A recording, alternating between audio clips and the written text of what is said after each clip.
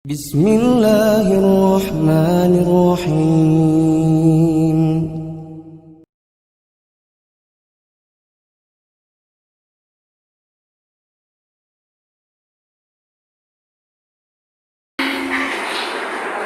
Assalamualaikum warahmatullahi wabarakatuh.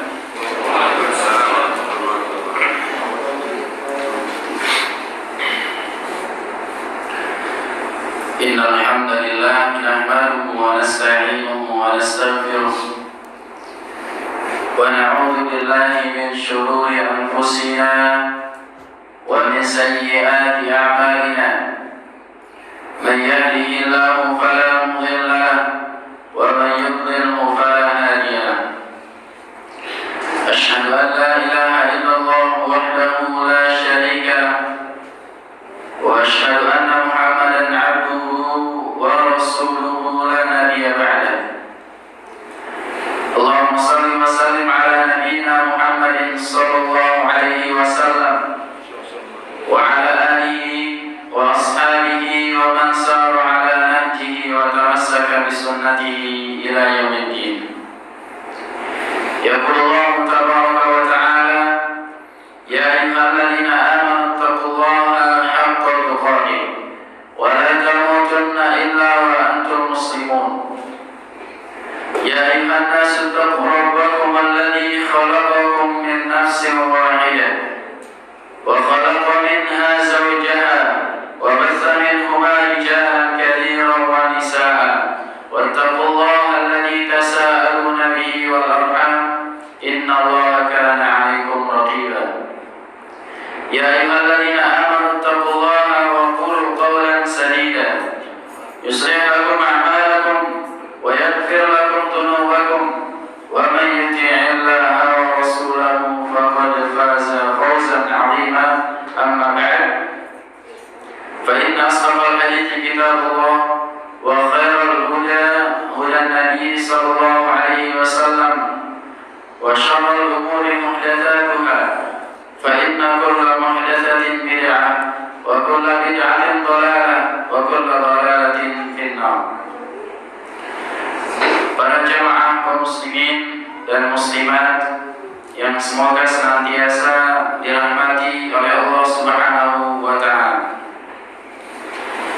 Kita bersyukur kepada Allah Subhanahu wa Ta'ala yang telah memberikan kita kesempatan pada pagi hari yang barokah ini, di tempat yang mulia ini kita masih bisa berkumpul, yang semoga Allah Subhanahu wa Ta'ala jadikan majelis kita ini sebagaimana yang disabdakan oleh Nabi kita Nabi Muhammad sallallahu alaihi wasallam di dalam sabdanya: wa majtama'a qaumun fi baitin min buyutillah yatluna kitaballah wa yatadarasuna fima bainahum illa nazalat alaihim as-sakinah wa ghashiyatuhum ar-rahmah wa haffat alaihim al-malaikah wa dzakarahumullahu fi man 'indah. Tidaklah berkumpul sebuah kaum di rumah dari rumah-rumah Allah Subhanahu wa Ta'ala yang mereka membaca Al-Quran dan saling mengajar di antara mereka kecuali akan turun ketenangan, dan mereka akan diliputi kasih sayang di antara mereka. Kemudian Allah Subhanahu wa Ta'ala yang sangat luar biasa keutamaannya, beliau sallallahu alaihi wasallam mengatakan: wa dzakarahumullahu fi man 'indah. Allah akan menyebut-nyebut orang-orang yang berkumpul tersebut di hadapan para malaikat. Yang ini adalah keutamaan yang sangat luar biasa. Maka semoga majelis kita ini termasuk ke dalam majelis tersebut yang disampaikan oleh Nabi kita Nabi Muhammad sallallahu alaihi wasallam. Kemudian para jamaah yang dimuliakan oleh Allah Subhanahu wa Ta'ala, salawat serta salam jangan sampai kita lupakan di setiap waktu kita, setiap sela-sela kesibukan kita. Bahkan kita luangkan waktu kita untuk bersolawat kepada Nabi kita Nabi Muhammad SAW, makhluk terbaik. Sebab setelah hidayah dari Allah Subhanahu wa Ta'ala yang menyebabkan kita semuanya mendapatkan hidayah sekarang ini, kemudian kita bisa merasakan manisnya beribadah kepada Allah Subhanahu wa Ta'ala, iman itu adalah dengan sebab Nabi kita Nabi Muhammad SAW. Oleh karena marilah kita memperbanyak salawat dan mengirimkan salam kepada beliau Sallallahu Alaihi Wasallam. Pada jemaah yang dimuliakan oleh Allah Subhanahu Wa Taala, pada kesempatan pagi hari ini sebenarnya saya cukup sedih. Kenapa saya sedih? Nah, saya perhatikan yang hadir sudah tua semua. Ya, sedih. Kenapa sedih? Kemana anak mudanya?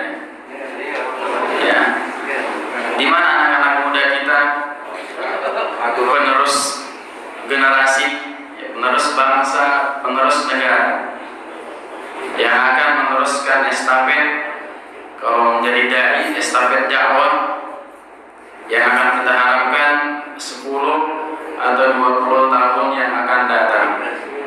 Ya, maka ini PR buat kita semuanya. Jangan sampai kita sebagai orang tua saja yang datang ke masjid. Ya. Tanggung jawab kepala keluarga terutama, sebagaimana disebutkan oleh Allah Subhanahu Wa Taala di dalam surah At-Tahrim. Allah Subhanahu Wa Taala mengatakan, ya ayyuhalladzina amanu qu anfusakum wa ahlikum nar. Wahai orang-orang yang beriman, jagalah diri kamu dan jaga pula keluargamu dari api neraka. Salah satu cara kita menjaganya adalah dengan kita mengajak mereka, anak, terutama anak-anak muda kita yang masih gagah perkasa, untuk mampu mengangkat selimutnya. Kalau mampu mengangkat barbel kilo-kiloan mah kuat. Akan tapi mengangkat selimut kadang sangat berat. Ya, itulah ujian yang sangat luar biasa bagi kita semuanya, terutama kaula muda. Para jemaah yang dimuliakan oleh Allah Subhanahu Wa Taala, semoga anak-anak muda kita diberikan taufik dan hidayahnya oleh Allah Subhanahu Wa Taala. Pada kesempatan yang mulia ini, kita akan membahas sebuah tema yang besar, sebuah tema yang semua orang yang mengaku beriman, mengaku beragama Islam, dia wajib mengetahui. Karena tanpa adanya iman kepada Rasulullah SAW, keislaman seseorang belumlah sempurna. Belum dikatakan seorang menjadi seorang muslim sebelum dia juga meyakini dan mengucapkan syahadat yang kedua. Ya, kita mengetahui bahwasanya syahadat kita ada dua, yaitu asyhadu an la ilaha illallah wa asyhadu anna Muhammadan abduhu wa rasuluh. Oleh karena ketika Abu Sufyan radhiyallahu anhu sebelum masuk Islam, yaitu menjelang Fathul Makkah, ya ketika sudah dibatalkan perjanjiannya oleh orang-orang musyrikin, kemudian Rasulullah SAW berazam untuk menyerang Makkah, untuk membuka Makkah. Pada saat itu Abu Sufyan tidak ada pilihan lain kecuali menyerang, kecuali menyerang kepada kaum muslimin dan masuk Islam. Akan tapi ketika disuruh membaca dua kalimat syahadat, Abu Sufyan mengatakan, bala, tentu, asyhadu an la ilaha illallah, saya bersaksi bahwasanya tidak ada ilah yang berhak disembah kecuali Allah. Kemudian dia terdiam.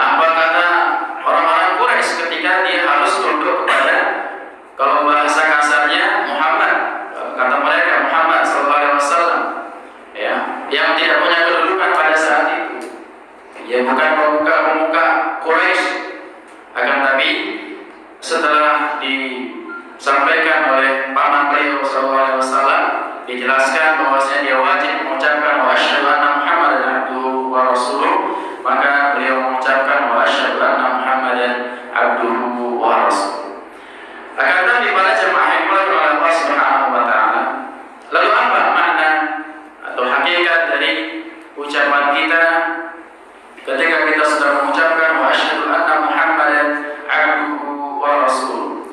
Setidaknya ada 5 hal yang harus kita lakukan ketika kita sudah mengaku beriman kepada Nabi kita Nabi Muhammad sallallahu alaihi wasallam.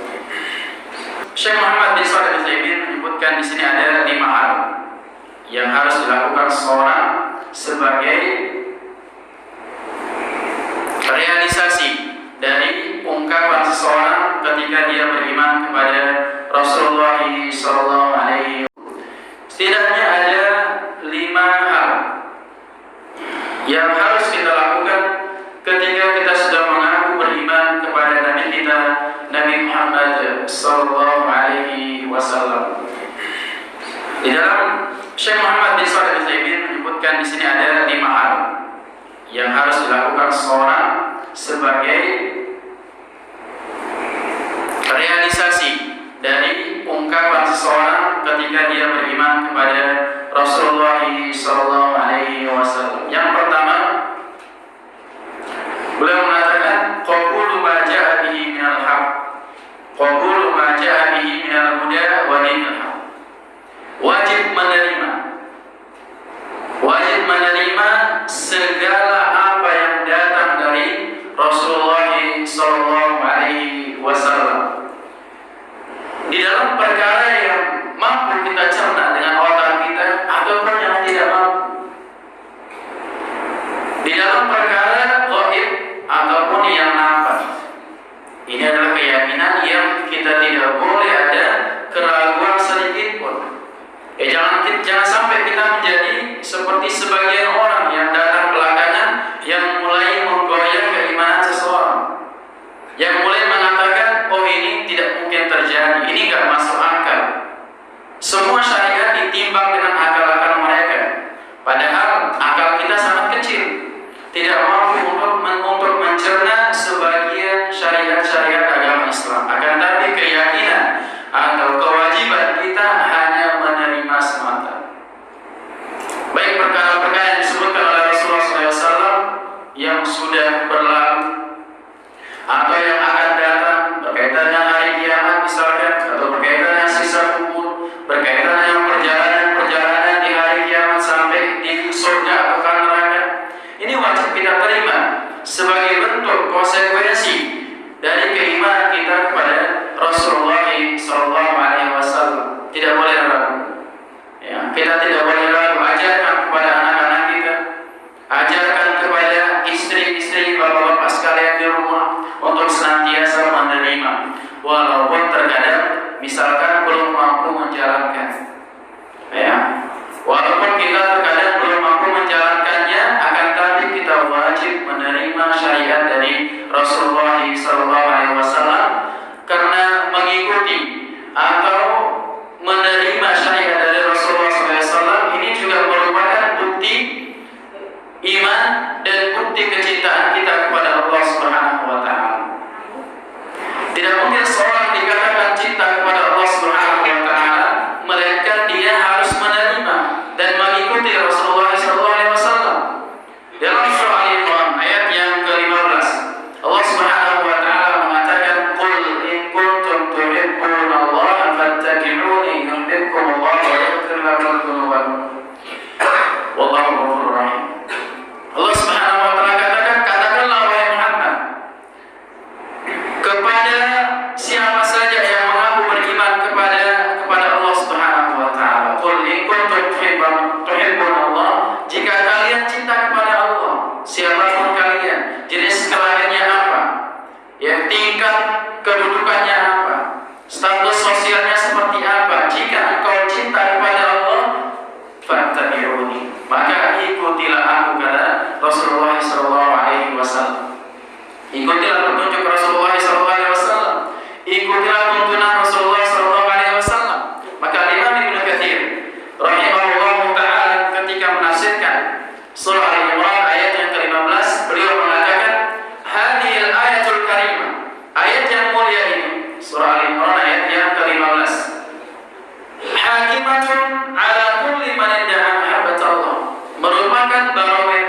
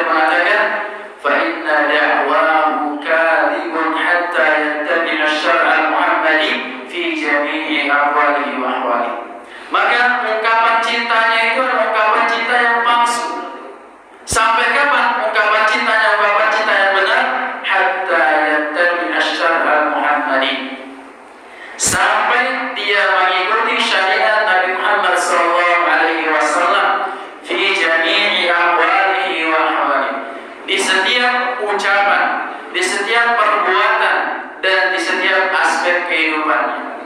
Ini adalah bukti cinta kepada Allah Subhanahu wa taala, yaitu dengan mengikuti Rasulullah sallallahu alaihi wasallam. Bahkan Al-Imam Al-Hasan Al-Basri rahimahullah taala beliau mengungkapkan ungkapan yang sangat luar biasa. Ketika menjelaskan ayat ini beliau mengatakan, "Za'ama qaumun annahum yuhibbuna Allah." Banyak orang-orang mengaku bahwasanya mereka cinta kepada Allah Subhanahu wa taala. Tentunya kalau kita tanya kepada siapa saja yang mengucapkan syahadat atau yang beragama Islam, KTP-nya Islam, mereka pasti akan mengatakan saya cinta kepada Allah Subhanahu wa taala. Tidak ada orang yang tidak cinta kepada Allah Subhanahu wa taala. Akan tapi beliau mengatakan za'ama qaumun annahum yuhibbuna Allah fabtalahum bihadhil ayat. Orang-orang mengaku cinta kepada Allah, akan kemudian Allah turunkan ayat yang mulia ini, surah Al-Imran ayat yang ke-15 sebagai ujian bagi mereka. Ayat 31 ya.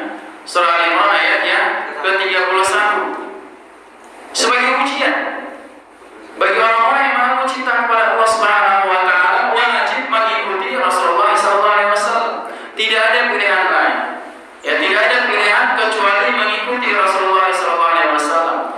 Karena jalan menuju surga sudah ditentukan oleh Allah Subhanahu wa taala melalui lisan nabinya yang mulia sallallahu alaihi wasallam. Tidak ada orang yang kecuali ingin masuk ke dalam surganya Allah Subhanahu wa taala. Satu-satunya jalan yaitu dengan mengikuti petunjuk Rasulullah sallallahu alaihi wasallam, menerima segala apa yang datang dari Rasulullah sallallahu alaihi wasallam. Walaupun tadi kita sampaikan walaupun kita belum mampu untuk melaksanakan. Contohnya misalkan kita belum mampu untuk berjihad. Misalkan ada syariat jihad, kita belum mampu berjihad. Maka kita harus mengimani datang menerima segala apa yang datang dari Rasulullah SAW. Kemudian yang kedua, yang juga yang sangat penting ketika kita sudah mengaku beriman kepada Rasulullah SAW adalah wa tasdiquhu fima akhbar, membenarkan, yang mempercayai semua apa yang disampaikan oleh Rasulullah SAW. Abu Bakar As-Siddiq radhiyallahu taala, beliau digelari dengan gelar As-Siddiq, orang yang senantiasa membenarkan. Salah satu sikap yang sangat luar biasa dari Abu Bakar As-Siddiq radhiyallahu taala yang selalu membenarkan ucapan Rasulullah SAW apapun yang datang dari beliau. Yaitu ketika terjadi Isra dan Mi'raj. Isra dan Mi'raj, perjalanan yang sangat luar biasa yang dilakukan oleh Allah Subhanahu wa taala, memperjalankan nabinya yang mulia sallallahu alaihi wasallam yang sebetulnya merupakan sebuah hiburan bagi nabi kita Nabi Muhammad SAW. Kenapa dikatakan hiburan? Ya, sebelum Isra dan Mi'raj, paman beliau Abu Thalib meninggal dunia. Khadijah, istri beliau yang selalu membela Nabi Muhammad SAW, meninggal dunia. Kemudian Allah Subhanahu wa taala memperjalankan nabinya yang mulia SAW dari mana? Dari Makkah menuju ke mana? Menuju ke Palestina, kemudian menuju ke langit yang ke-7, dan kembali lagi di dalam satu malam saja. Ya, bahkan kurang dari satu malam. Maka orang-orang kafir Quraisy ketika mendengar kabar kejadian yang kalau dicerna dengan akal tersebut tidak mungkin masuk akal. Ya, apalagi pada zaman dahulu belum ada apa? Belum ada pesawat yang lebih cepat lagi apa namanya? Jet. Belum ada jet. Bahkan belum sampai langit aja udah selesai jet. Akan tapi ini sampai langit ke-7 disebutkan oleh Rasulullah SAW dalam sebuah hadis, jarak antara bumi dengan langit pertama itu adalah khamsumi'ati syahrin, 500 tahun perjalanan. Kemudian antara jarak langit yang ke-1 dengan yang kedua 500 perjalanan, 500 bulan. Kemudian begitu seterusnya sampai langit yang ke-7, jaraknya sama. Akan dari beliau SAW lakukan dalam satu malam saja. Orang-orang kafir Quraisy semakin menganggap bahwasanya Nabi SAW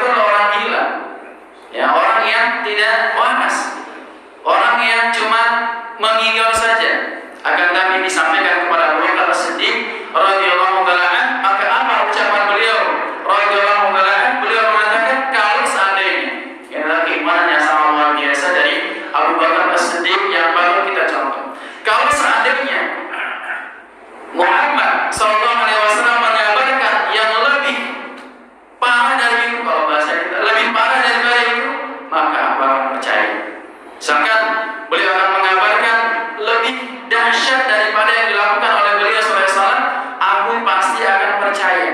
Karena konsekuensi keimanan kepada Rasulullah SAW adalah wajib membenarkan.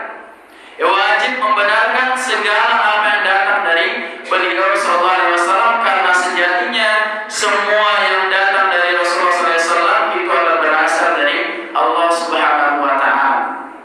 Allah Subhanahu wa Ta'ala mengatakan dalam surah An-Najm, "Wa ma yantiqu 'anil hawa in huwa illa wahyun yuha." Tidak, Allah Subhanahu wa Ta'ala tidaklah berkata dengan hawa nafsunya, melainkan dengan wahyu yang telah diwahyukan oleh Allah Subhanahu wa Ta'ala. Ibnu Katsir dan para ulama di tafsir yang lainnya mengatakan, di dalam menjelaskan ayat ini beliau mengatakan Al-Qur'anu wahyun was-sunnatu wahyu. Al-Qur'an itu merupakan wahyu dan hadis, sunnah, ucapan Nabi dan perbuatan Nabi juga merupakan wahyu. Ya, ini kalau merupakan sebuah wahyu maka kita wajib membenarkan. Ya, tidak boleh ragu. Ya, kita tidak boleh ragu hanya dengan mengandalkan akal kita. Ya, tadi kita sampaikan tidak boleh menimbang syariat itu hanya dengan akal. Akal digunakan untuk mencerna syariat. Ya, jangan dibalik. Ada sebagian orang yang syariat digunakan untuk membenarkan akal. Ya, kalau nggak benar, kalau nggak sesuai dengan akalnya maka tidak diterima. Ini adalah sebuah hal yang tidak patut kita yakini. Kita wajib membenarkan, wajib menerima segala apa yang datang dari Rasulullah SAW. Kemudian yang ketiga yang wajib kita lakukan ketika kita sudah mengaku beriman, mengucapkan syahadat Rasul SAW adalah wantitaru amrihi fima amar, menerima atau menjalankan segala yang diperintahkan oleh Rasulullah SAW, menjalankan semua perintahnya. Apapun yang diperintahkan oleh Rasulullah SAW kita wajib menjalankannya, entah itu sunnah atau yang bersifat wajib. Para ulama terdahulu, para sahabat tabi'in dan yang lainnya, tidak ada mereka memilah-milih. Ketika ingin menjalankan sebuah ibadah, tidak ada mereka memilah-milih ini sunnah dan ini wajib. Semua yang diperintahkan oleh Nabi SAW, semua yang dijalankan oleh Nabi SAW, mereka kerjakan. Mereka kerjakan semuanya tanpa ingin mengetahui ini sunnah atau wajib. Pernah kejadian dalam sebuah ketika sholat Nabi Muhammad SAW, ketika sholat memakai sendal. Pada suatu hari beliau SAW menggunakan sendal. Mesinnya tidak sampai enggak seperti sekarang ini ya. Mungkin seperti zaman dulu kan masih tanah pasir dan lain sebagainya. Beliau memakai sendal. Kemudian ketika sholat datang Jibril mewahyukan, mengabarkan bahwasanya di dalam atau di sendal beliau ada najisnya. Kemudian di tengah sholat beliau melepas sendalnya oleh Nabi Muhammad SAW. Kemudian para sahabat yang melihat beliau melepas sendal, semuanya melepas sendalnya tanpa nanya terlebih dahulu nanti setelah sholat. Ini tadi Nabi ini termasuk rukun sholat atau tidak? Ini termasuk sunnah atau tidak? Akan tapi ketika sudah diungkapkan atau dilaksanakan, dikerjakan oleh Nabi Muhammad SAW, kita wajib sami'na wa ata'na. Kita wajib menjalankan, kita wajib melaksanakannya, tidak boleh tidak. Karena Allah Subhanahu wa Ta'ala sebagaimana disebutkan oleh Al-Imam Ibnu Katsir juga ketika menafsirkan surah Al-Kahfi ayat 110 ayat yang terakhir, ketika Allah Subhanahu wa Ta'ala mengatakan faman kana yarju liqa'a rabbih falyamal 'amalan shalihan. Barang siapa yang mengharapkan perjumpaan dengan Allah Subhanahu wa Ta'ala, maka hendaknya dia falyamal 'amalan shalihan. Hendaknya dia beramal dengan amalan yang saleh. Kemudian beliau mengatakan apa yang dimaksud dengan amalan yang saleh? Amalan yang saleh adalah akhlasuhu wa aswabuhu, yang paling ikhlas dan yang paling shawab, yang paling cocok, yang paling sesuai dengan tuntunan Nabi Muhammad sallallahu alaihi wasallam. Beliau, Allah Subhanahu wa Ta'ala menjadikan dua syarat ini sebagai syarat diterimanya ibadah. Syarat dikatakannya sebuah amalan dijadikan amalan yang saleh itu harus terpenuhi dua syarat. Tidak hanya ikhlas, akan tapi juga harus sesuai dengan tuntunan dari Nabi kita Nabi Muhammad sallallahu alaihi wasallam. Begitu pula dalam surah Al-Mulk, Allah Subhanahu wa taala mengatakan allazi khalaqal mauta wal hayata liyabluwakum ayyukum ahsanu amala. Dialah Allah dan yang menciptakan kematian dan juga menciptakan kehidupan hanya untuk menguji siapa di antara kalian yang ahsanu amalan, yang paling bagus amalannya. Allah Subhanahu wa taala tidak mengatakan aktsaru amalan, tidak mengatakan yang paling banyak amalannya, karena amalan yang banyak akan tapi tidak sesuai dengan syariat, ini adalah amalan yang sia-sia. Ahsanu amalan kategorinya adalah Rasulullah SAW, yang paling ikhlas dan yang paling sesuai dengan ajaran dari Rasulullah SAW. Dan kita harus yakin, ya ketika datang perintah dari Rasulullah SAW, kita wajib meyakini bahwasanya syariat itu pasti bermanfaat, ya pasti baik. Ya, syariat dari Rasulullah SAW itu pasti baik, meskipun terkadang kita tidak tahu hikmahnya, meskipun terkadang kita tidak merasakan secara langsung efeknya, akan tapi yang harus kita yakini semua syariat yang datang dari Allah dan Rasulnya SAW itu pasti baik. Takdir Allah Subhanahu wa taala juga pasti baik. Pernah dikisahkan bahwa ada seorang raja, seorang raja yang dilahirkan dalam keadaan cacat, kakinya pincang, kakinya pincang. Dia sangat benci dengan takdirnya tersebut. Ya sampai-sampai ketika penasehat kerajaan datang kepada raja tersebut memberikan nasihat, wahai raja, engkau harus bersabar dengan takdir tersebut, ini adalah takdir yang terbaik. Maka dipenjarakanlah raja, penasehat tersebut dipenjarakan. Bagaimana mungkin dia akan bersabar dengan kecacatan tersebut? Akan tapi ketika pada suatu hari sang raja dengan bala tentaranya pergi berburu di sebuah hutan, kemudian ditangkap oleh penghuni hutan tersebut. Ya sudah keluar dari kerajaannya, ada kerajaan yang lain. Ditangkaplah raja bersama bala tentaranya. Kemudian dihukumi oleh suku tersebut atau kerajaan tersebut bahwasanya siapa saja yang masuk ke daerahnya tanpa izin, hukumannya dibunuh. Ya, hukumannya dibunuh. Kemudian satu persatu dibunuh oleh rakyat tersebut sampai giliran sang raja. Kemudian dilihat rajanya cacat. Kebetulan aturan yang ada di daerah tersebut kalau cacat nggak boleh dibunuh. Maka raja tersebut dilepaskan dan dikembalikan kepada kerajaannya.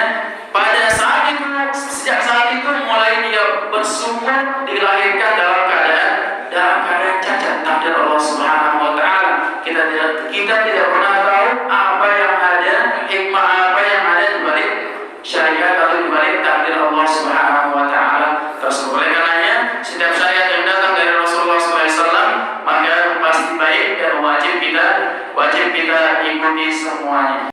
Selanjutnya yang keempat adalah menjauhi dan meninggalkan semuanya, bahwasanya setiap larangan dari Nabi Muhammad SAW itu pasti di baliknya terdapat kemudaratan, pasti di baliknya terdapat sesuatu hal yang tidak baik. Meskipun terkadang kita ketahui setelah kejadian tersebut, misalkan seperti larangan memakan babi misalkan, maka diteliti oleh para dokter, ternyata di dalam daging babi tersebut terdapat apa? Zat-zat yang tidak bagus untuk tubuh kita dan yang lain sebagainya. Maka pertama kali yang harus kita yakini bahwasanya kita tinggalkan semua apa yang dilarang oleh Rasulullah SAW. Sebagai contoh, misalkan ketika Rasulullah SAW melarang kita melakukan riba. Riba ini adalah sumber keterpurukan umat Islam. Rasulullah SAW mengatakan, idza tabayyatum bil ghina, idza tabayyatum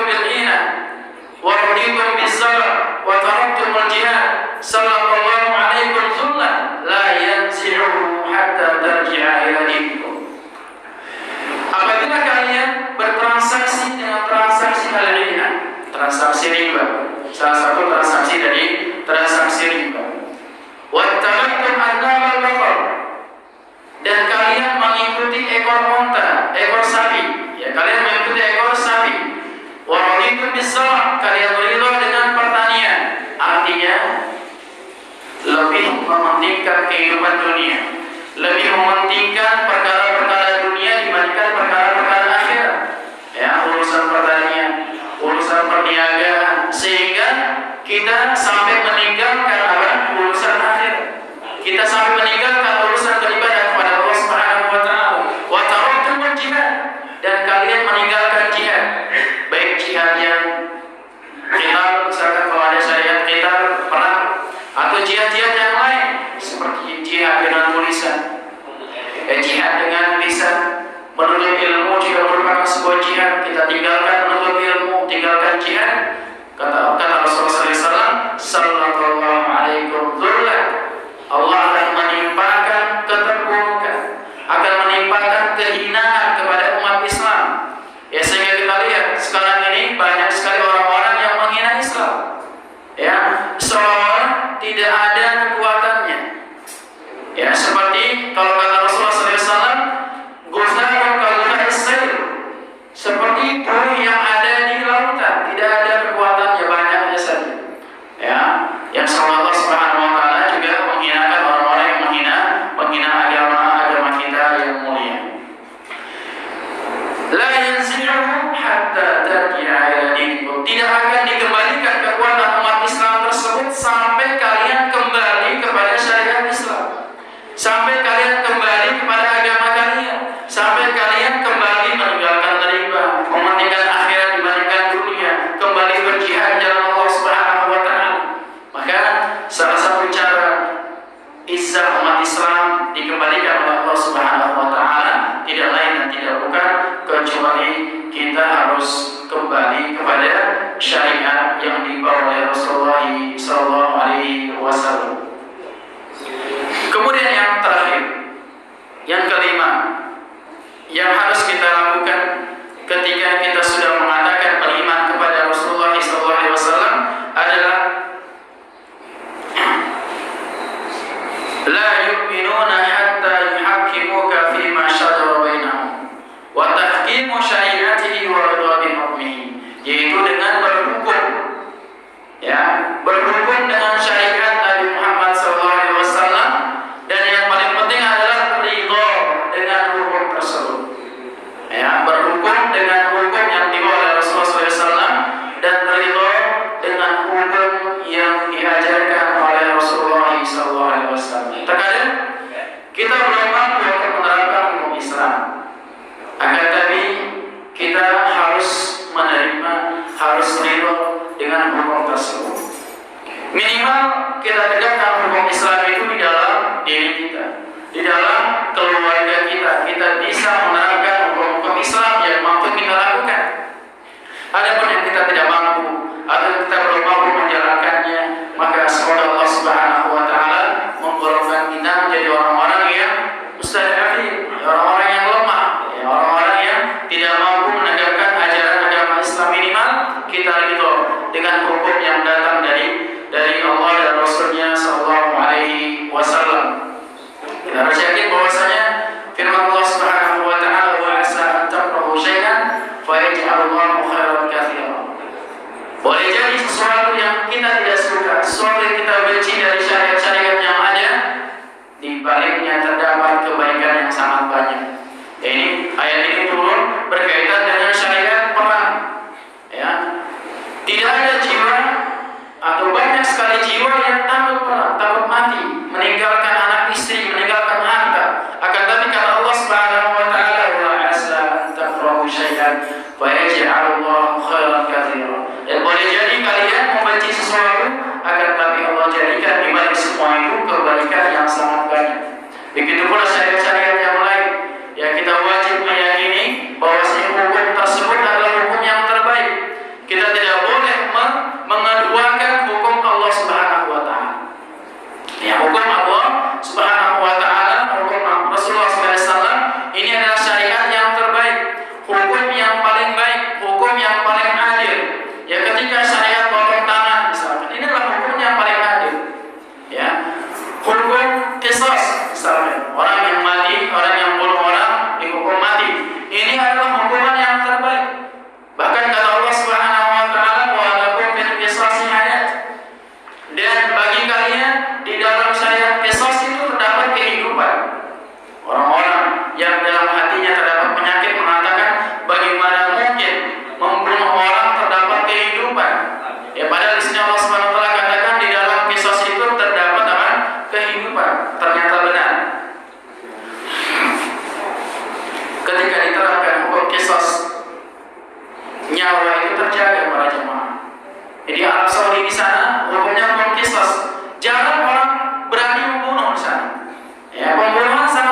sekali.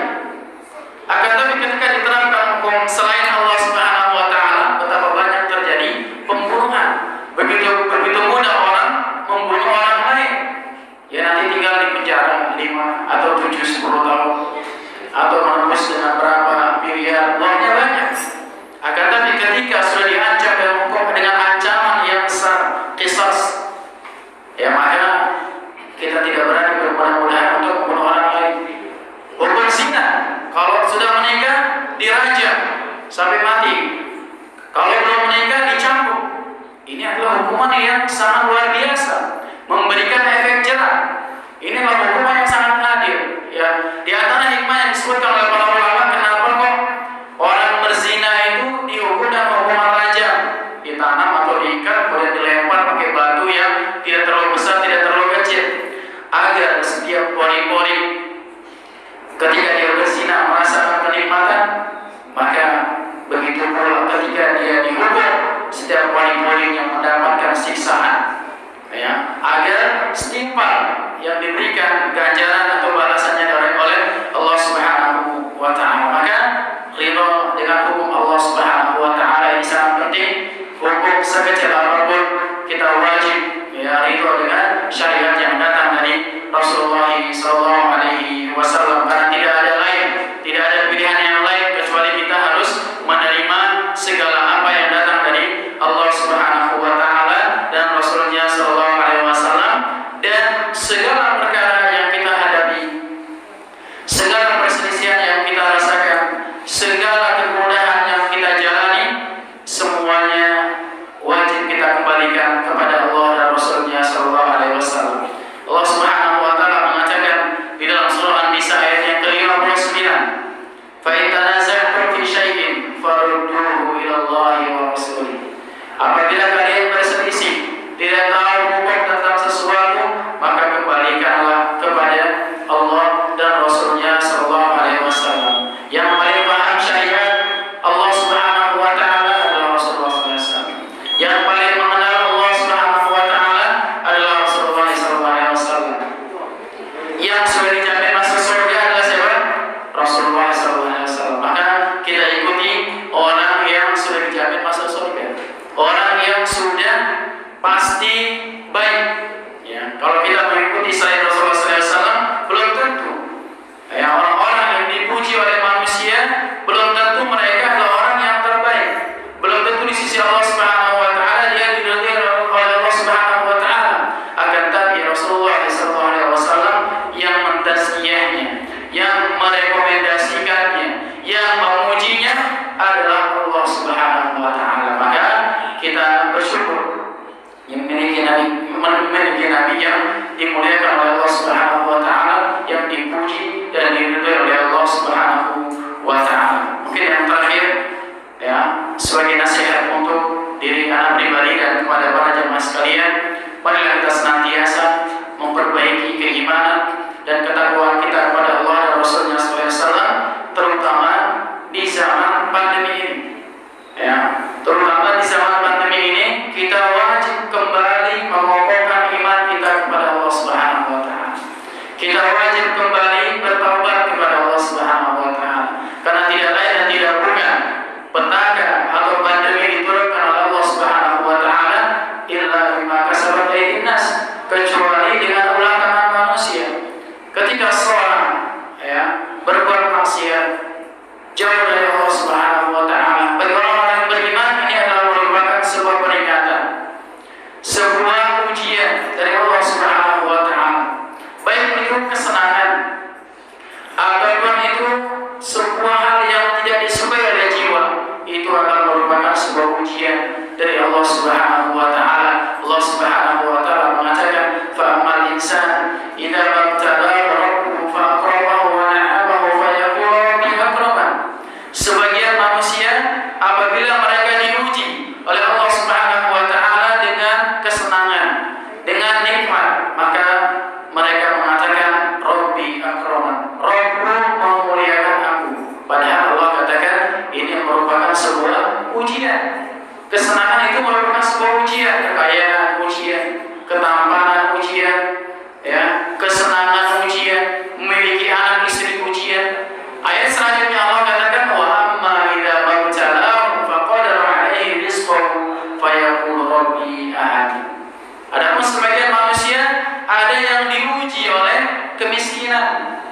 diuji oleh sesuatu hal yang tidak disukai oleh jiwa, maka mereka katakan Rabbi ahan, Rabbku menghinakan aku, padahal dua-duanya adalah ujian. Maka kita lihat kebaikan dan keburukan yang menimpa kita, semua itu adalah ujian dari Allah Subhanahu wa taala.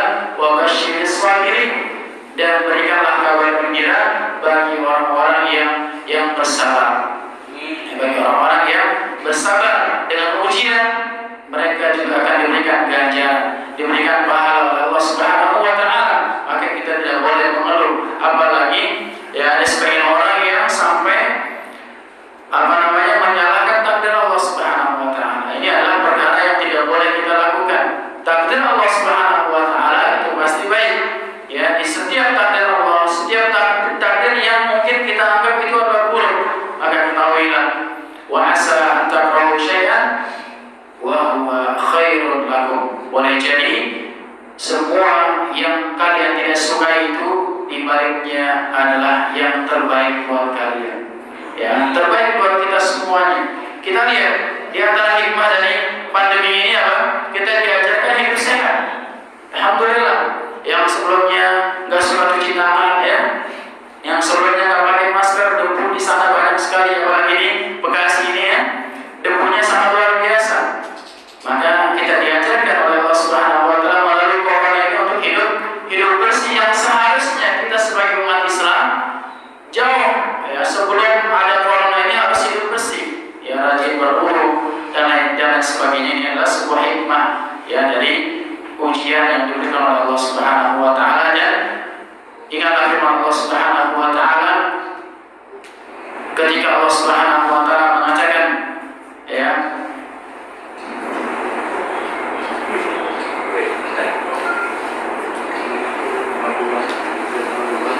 Allah Subhanahu wa taala mengatakan, "Ayahasiban nas ayyutraku ayyaqulu amanna wa hum la yuftanun." Apakah manusia mengira, apakah manusia menyangka mereka sudah mengatakan saya beriman, kemudian mereka tidak diuji? Ketahuilah, kita pasti akan diuji oleh Allah Subhanahu wa taala, baik berupa kesenangan maupun berupa kesengsaraan atau suatu hal yang tidak disukai oleh jiwa kita. Semoga Allah Subhanahu wa taala menjadikan kita orang-orang yang beriman kepada Rasulullah SAW dan mampu menjalankan syariat dari Rasulullah SAW, mampu menerima apa yang datang dari Rasulullah SAW dan memperbaiki segala urusan kita, memperbaiki keluarga kita, memperbaiki kehidupan kita, dan menjaga kita dari mara